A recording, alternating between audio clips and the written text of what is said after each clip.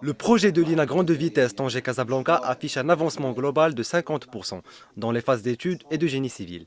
C'est ce qui a été annoncé lors d'un point de presse tenu jeudi à Kenitra, suite à la première visite des chantiers de travaux de LGV, organisés pour les médias nationaux. Les travaux, on a pu constater normalement, ils prennent sur la durée des projets, notamment les travaux génie civil, quelque chose comme entre 18 mois et 24 mois.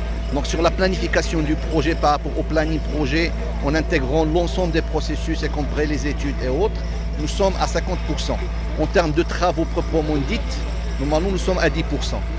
Donc par contre, lorsqu'on parle de 50%, c'est toute la planification, y compris les études et autres.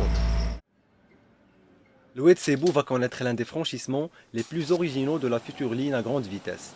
La construction du viaduc Sebou, qui reposera sur 8 appuis, en harmonie architecturale avec le site. C'est un pont qui fait 250 mètres linéaires de longueur. Il est accolé et mitoyen au pont autoroutier de la même région, la région de Kenitra. Nous sommes en train de visiter le chantier qui est dans un très bon état d'avancement. Il faut souligner que la particularité de ce projet, c'est que c'est le deuxième pont de ce type qui est construit au Maroc, ce qu'on appelle un pont à encorbellement.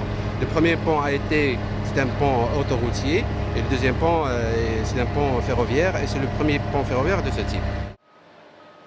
La visite a concerné le chantier de construction du viaduc d'un investissement de 129 millions de dirhams et le chantier de travaux relatifs au terrassement et au rétablissement de voies de communication sur le site de Sebou.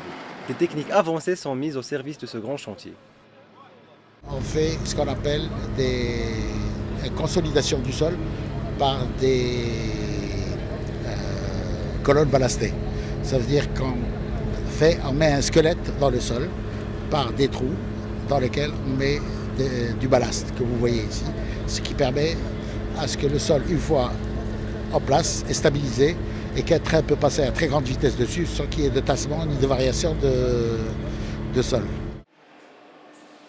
Le train à grande vitesse marocain permettra d'augmenter la capacité du réseau, d'offrir aux usagers un produit compétitif, répondra aux ambitions et attentes du secteur touristique, tout en encourageant les échanges Europe-Afrique.